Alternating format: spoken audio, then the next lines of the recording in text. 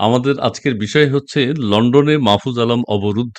মাহফুজ আলমকে আপনারা সবাই চেনেন, আমাদের মাননীয় তথ্য উপদেষ্টা। তিনি মাস্টার মাইন্ড হিসেবে খ্যাতি পেয়েছেন আমাদের ডক্টর ইউনূস সাহেবের পক্ষ থেকে। তিনি একবার আমেরিকায় গিয়েছিলেন, সেখানেও এক ধরনের হাঙ্গামা হয়েছে।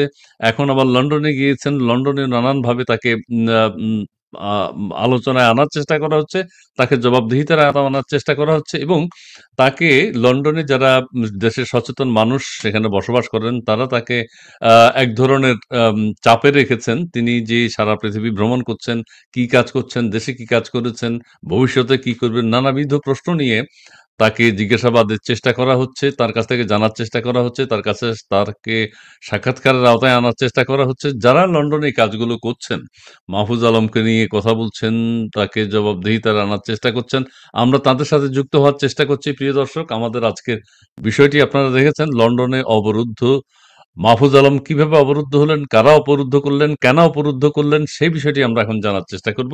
আমাদের সাথে যুক্ত হবেন কিছুক্ষণের মধ্যেই লন্ডনে অবস্থানরত সাবেক ছাত্রনেতা এবং রাজনৈতিক বিশ্লেষক এম সালাউদ্দিন। তিনি আমাদের সাথে যুক্ত হবেন এবং তার কাছ থেকে, তাদের নেতৃত্বেই সম্ভবত এই বিষয়গুলো হচ্ছে, তারা কেন, কি কারণে তাকে অবরুদ্ধ করেছেন, সেটি আমরা তার কাছ থেকে জানার চেষ্টা করব। প্রিয় বন্ধুরা, আপনারা লাইভটি যারা দেখছেন এই মুহূর্তে আপনারা শেয়ার করে দিবেন প্লিজ। আর আপনাদের মতামত আমাদেরকে জানাবেন। এরই মধ্যে আমাদের সাথে অনেকেই যুক্ত হয়েছেন। আমাদের এম সালাউদ্দিন, তাকেও আমরা সংযুক্ত করতে পেরেছি, যোগাযোগ করতে পেরেছি। কিছুক্ষণের মধ্যেই তিনি যুক্ত হবেন। আমি আবারও বলছি, প্রিয় দর্শক, আপনাদের কাছে জানাচ্ছি, যেটা হচ্ছে আমাদের আজকের বিষয় হচ্ছে লন্ডনে অবরুদ্ধ মাহফুজ আলম, আমাদের তথ্য উপদেষ্টা। এর আগে তিনি আমেরিকা গিয়েছিলেন, সেখানেও এক ধরনের অবরুদ্ধ হয়েছিলেন। এখন আবার তিনি ইংল্যান্ড সফর করছেন, সেখানেও অবরুদ্ধ হয়েছেন।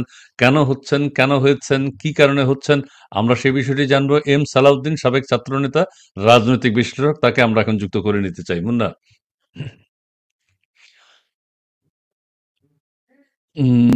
এম সালাউদ্দিন, আমরা আশা করি কিছুক্ষণের মধ্যেই আমরা সংযোগটা পেয়ে যাব এবং আমাদের এম সালাউদ্দিন, আপনি আমাকে যদি শুনতে পান প্লিজ। আহ, প্রিয় দর্শক, আমাদের আজকের অনুষ্ঠান ডায়লগ ফর ডেমোক্রেসি। আমরা, আপনারা অনেকেই এর মধ্যে আমাদেরকে কমেন্টস করেছেন। মুন্না, তুমি কমেন্টস গুলো দেখাতে থাকো। দর্শকদের সাথে আজকে একটা বিশেষ বিষয় নিয়ে আমরা কথা বলবো। সেটি হচ্ছে লন্ডনে মাহফুজ আলম অবরুদ্ধ। সাবেক তথ্যমন্ত্রী, আমাদের তথ্যমন্ত্রী, তথ্য উপদেষ্টা আনিসুর রহমান লিখেছেন, মাহফুজ ইসমাইল ভাই, মাহফুজ ভাই কি কট খাইছে? আলহামদুলিল্লাহ, জয় বাংলা। জি, ধন্যবাদ আনিসুর রহমান আপনাকে আমাদের সাথে যুক্ত হওয়ার জন্য। লাইভটি একটু শেয়ার করে দিবেন। গুরুত্বপূর্ণ বিষয় আজকে রয়েছে। আনিসুর রহমান তিনি বলছেন, জঙ্গি মাহফুজ উপদেষ্টা, লজ্জা লজ্জা লজ্জা। জি, ধন্যবাদ আপনাকে। এছাড়া শহীদুল ইসলাম তিনি বলছেন, শুভেচ্ছা ও সালাম। জি, আপনাকেও ধন্যবাদ, শুভেচ্ছা।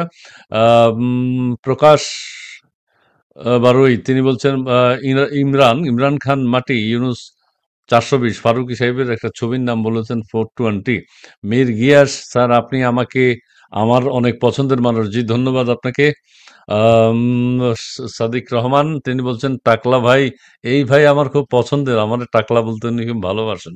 টাকলা ভাই, কি অবস্থা? আলহামদুলিল্লাহ। জি, মীর গিয়াস, আপনার জন্য সবসময় শুভকামনা। ধন্যবাদ আপনাকে। আমাদের আজকের বিষয় হচ্ছে লন্ডনে মাহফুজ আলম অবরুদ্ধ কেন, সেটি আমরাই কথা বলবো। মোর্শেদ আলম, পীড়াও রাজাকারে। আচ্ছা, জি, ধন্যবাদ আপনাকে। এছাড়াও আরো রয়েছেন অনেকেই, অনেকের মধ্যে যুক্ত হয়েছেন। আপনারা লাইভটি শেয়ার করে দিবেন। সুমন, ছাত্রদল পাইল 5,000 ভোট, জামাতের 1,000 ভোট, তাহলে বাকি 10,000 ভোট আলী আকবর ছাত্রলীগের। ভাই, 10,000 ভোট কি তাহলে ছাত্রলীগের? জি, জি, ধন্যবাদ। সালাউদ্দিন ভাই, আপনি শুনতে আলী আকবর পাচ্ছেন? ভাই, জি, আলী আকবর ভাই, দোহাই দেওয়ার আলী আকবর জোর ভাই। দাবি জানাচ্ছি, ধোলাই দেওয়ার জোর দাবি জানাচ্ছি। আচ্ছা, আচ্ছা, আচ্ছা, জি, ধন্যবাদ, ধন্যবাদ। এম সালাউদ্দিন, আপনি কি আমাকে শুনতে পাচ্ছেন? থ্যাংক ইউ, অসংখ্য ধন্যবাদ আপনাকে। থ্যাংক ইউ জি, আপনাকে। জি, জি। আপনি, আমাদের দর্শকরাও উদ্বিগ্ন হয়ে বসে আছে। আসলে লন্ডনে আপনারা কি করছেন, বা আমাদের তথ্য উপদেষ্টা, তার অবস্থান কি, তিনি কি অবস্থায় আছেন এখন? আমাদের তথ্য উপদেষ্টা মাহফুজ আলম, আমাদের মাস্টার মাইন্ড, আমাদের ডক্টর ইউনূস সাহেবের যে ঘোষণা, সেই অনুযায়ী মাস্টার মাইন্ড বিভিন্ন দেশ সফর করছেন।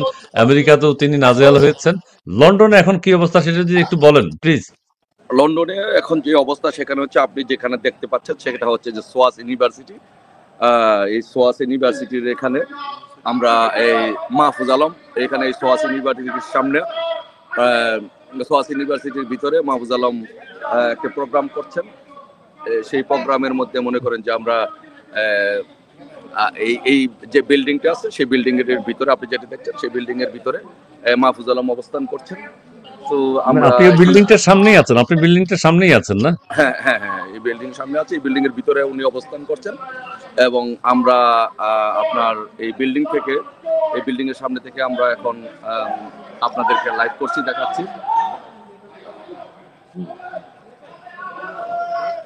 আপনারা দেখছেন এখানে যে যে বিল্ডিং এর মধ্যে অবস্থান করছেন, এই বিল্ডিং এর মধ্যে থেকে এই এই ভাইজান, জি,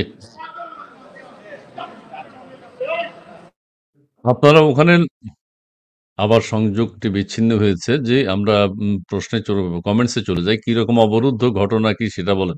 জি, আমরা সেটা শুনতে চাইবো, অবশ্যই শুনতে চাইবো। মোহাম্মদ তাহের হোসেন শুভ, দয়া করে আমাদের তথ্য উপদেষ্টা বলবেন না, জঙ্গিদের তথ্য উপদেষ্টা, এটা বললে ভালো হয়। তথ্য উপদেষ্টা জঙ্গিদের উপদেষ্টা, আচ্ছা ঠিক আছে। জি, ধন্যবাদ আপনাকে। তারপরে রয়েছেন আরো অনেক দর্শক আমাদের সাথে যুক্ত হয়েছেন। আপনারা লাইভটি শেয়ার করে দেবেন প্লিজ। আর সালাউদ্দিন আমাদের সাথে আবার যুক্ত হলেই আমরা তাকে নিয়ে নিচ্ছি। তিনি ওখানে ওনাদের একটা গ্যাদারিং হচ্ছে, সেখানে লোকজন আছে, এই জন্য লাইনটি কেটে যায়। কাঁঠাল, তিনি বলছেন হেতি হনে কি করে? আচ্ছা, হেতে হনে কি করে মানে তিনি ওখানে কি করেন? হ্যাঁ, জি, এটা নোয়াখালীর আম ভাইজান, নোয়াখালীর নেই। হার্পিক মজুমদারকে চাই। জি, হার্পিক মজুমদার। সুন্দর করে বলেন, হার্পিক মজুমদার তার নাম নয়। মিরু চৌধুরী, সেদিন আর বেশি দূরে নয়, বাংলার জনগণ শুধু ইউনুসকেও অবরুদ্ধ করবে ইনশাল্লাহ। জি, সালাউদ্দিন সাহেব, আপনি একটু প্লিজ আমাদের সাথে কথাগুলো, দর্শক উদ্বিগ্ন আছেন। আপনি যদি একটু ক্লিয়ার করেন আমাদের দিকে তাকিয়ে একদম। ঘটনা হচ্ছে যে আমি আপনাকে বিল্ডিংটা দেখাচ্ছি, যে বিল্ডিং এর ভিতরে জনাব মাহফুজ সাহেব আছেন। এটি হচ্ছে আপনার এই বিল্ডিংটার ভিতরে উনি হচ্ছে এই যে দেখতে পাচ্ছেন, জি, এটির ভিতরে হচ্ছে উনি প্রোগ্রামটি করছেন। জি, এটা হচ্ছে school of oriental and African studies.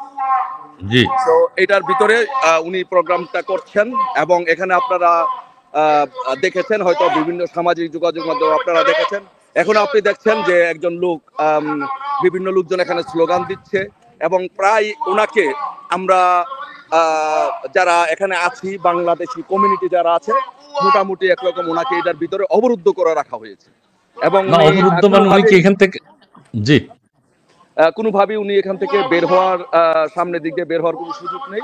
তো আমরা মনে করি যে ওনাকে সম্ভবত পিছনের দিক দিয়ে বা কোনো ফায়ার এক্সিট দিয়ে বা বিশেষ কোনো ফায়ার এক্সিট দিয়ে বা কোনো জায়গা দিয়ে ওনাকে বের করে নেওয়ার সম্ভাবনা আছে। কারণ এখানে আমরা সমস্ত বাঙালিরা, প্রবাসী যারা যুক্তরাজ্যে যারা বসবাস করে, আমরা এখানে সবাই সমবেত হয়েছি। এখানে যারা পুলিশ ছিল, অলরেডি একজনকে এখানে পিটিয়ে আহত করা হয়েছে। মাহফুজের সাথে একজন এসেছিল, তাকে অলরেডি পিটিয়ে আহত করা হয়েছে এবং প্রচন্ড লোকজন, এখানে লোকজন মানে অত্যন্ত ক্ষুব্ধ ইউনূসের প্রতি, মাহফুজের প্রতি। সবাই স্লোগান দিচ্ছে যে জঙ্গি মাহফুজ, জঙ্গি খুনি মাহফুজ, জঙ্গি মাহফুজ, খুনি মাহফুজ। তাকে তাকে আপনারা মনে করেন যে প্রচন্ডভাবে ঘিরে রেখেছে এই হলটি। সে যাওয়ার কোনো রাস্তা নেই। কিন্তু বাংলাদেশে এখানে যারা আছেন তারা আপনার এত ক্ষুব্ধ এই মাহফুজের প্রতি। লোকজন কোথায় আছেন? আপনার সাথে কারা আছে, তারা কোথায়? তাদেরকে দেখা যাবে কোথাও? আমি দূরে আসছি, বিকজ হচ্ছে ওনারা যে স্লোগান দিচ্ছে, এই স্লোগানগুলোর কারণে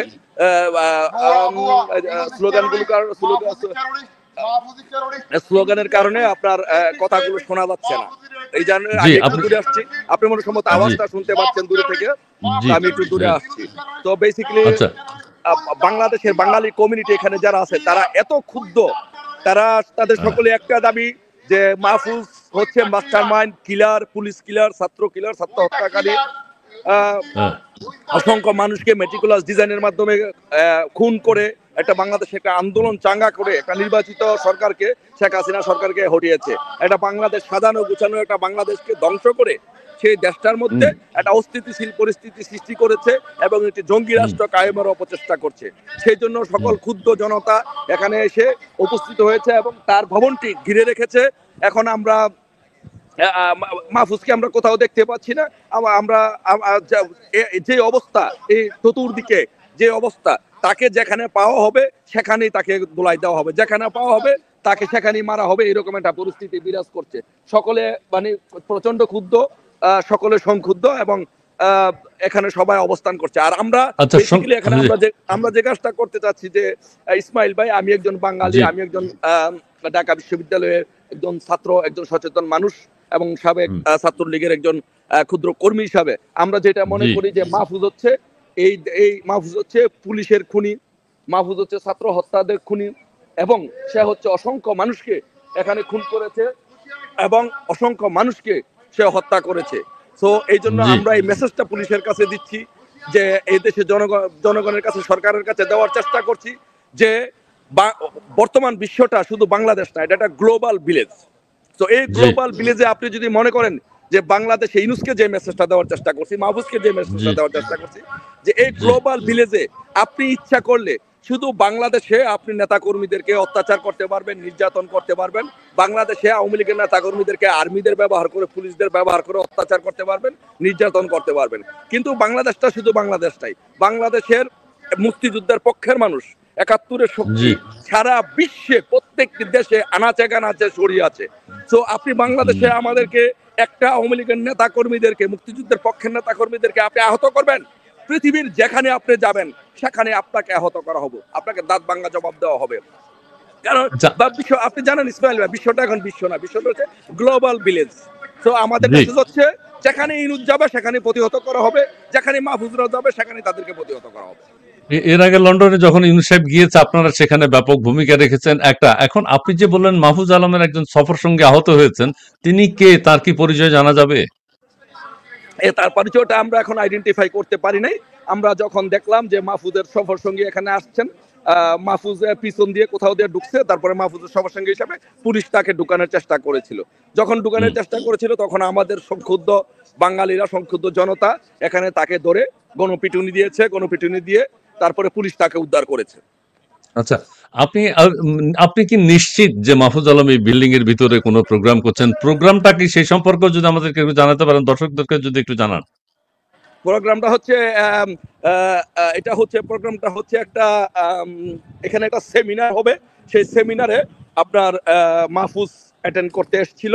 এটা সোয়াস ইউনিভার্সিটির ক্যাম্পাসে একটা সেমিনার। সেই সেমিনারে অ্যাটেন্ড করতে যখন আসছিল, আমি আপনাকে দেখাচ্ছি যে জনতা, সংক্ষুব্ধ জনতা, শত শত জনতা এখানে, আমি আপনাকে নিয়ে যাচ্ছি, দেখাচ্ছি। জি জি, জনতাকে যদি একটু দেখান। জি জি, আপনি দেখতে চাচ্ছিলেন যে জনতা কিভাবে বা বাঙালি কমিউনিটিরা এখানে যুক্তরাজ্যে তাকে কিভাবে প্রতিহত করার জন্য। না, কেউ বলছে যে লোকজন কই, আপনি যে কথাটা বলছেন সেটা সত্যতা প্রমাণ দিতে হবে। একটু দর্শক দেখতে চায়, আমি দেখতে চাই না। আমিও দেখলে ভালো, দর্শকদের সাথে আমিও দেখতে চাই যে আপনারা যে গ্যাদারিং করছেন। আপনাদেরকে দেখাচ্ছি, এই যে দেখেন, আপনি যে দেখছেন, দেখতে পাচ্ছেন। ও আচ্ছা, তাদেরকে দেখান। হ্যাঁ, তাদের কোনো বক্তব্য যদি আপনি নিতে চান একটু নিতে পারেন, তারা কি কারণে, আমরা যদি একটু জানতে চাই দর্শকদের জন্য। হ্যাঁ, অনেকে একত্রিত হয়েছেন আপনারা। হ্যাঁ, good. Bangladeshi community, they are here to protest against Mahfouz and Yunus. So what they are saying the Yunus and Mahfouz, they are killer. They have killed the police, they have killed students, they have killed a lot of people. So that's why all the people দেখেন,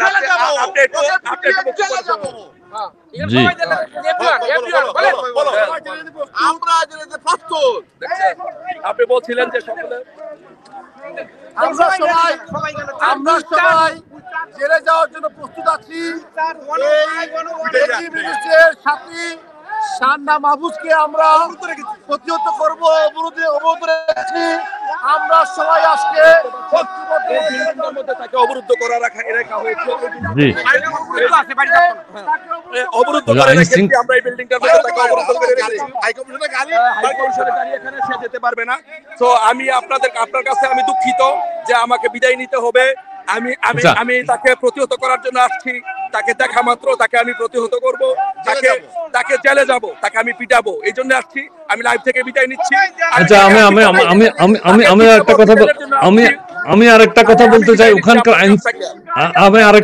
ওখানকার আইন শৃঙ্খলা বাহিনী আপনাদেরকে কি বলছে, কি বলেছে ওখানকার আইন শৃঙ্খলা বাহিনীর ভূমিকা? ভাইজান আমি লাইভ থেকে বিদায় নিচ্ছি। আবার ওকে আমি তাকে একটু পিটাবো, এখনই সে বের হবে। উত্তেজনা বিরাজ করছে, তাকে পিটাবো।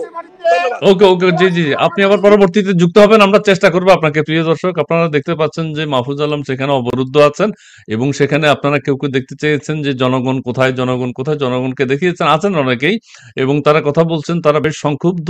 তারা বলতে চাচ্ছেন যেটি যে বাংলাদেশের আইন শৃঙ্খলা বাহিনীকে তারা হত্যা করেছে, বাংলাদেশের ছাত্র জনতাকে তারা গত জুলাই আগস্টে হত্যা করেছে এবং ডক্টর ইউনূস সাহেবের নেতৃত্বে বাংলাদেশে এখন যে বিশৃঙ্খল অবস্থা চলছে, যে বিশৃঙ্খলা বিরাজ করছে, মব ভায়োলেন্স চলছে, সেটার নিন্দা জানিয়ে বর্তমান উপদেষ্টার মধ্যে যেই দেশের বাইরে যাবে তারা সেটা প্রতিহত করার চেষ্টা করবে।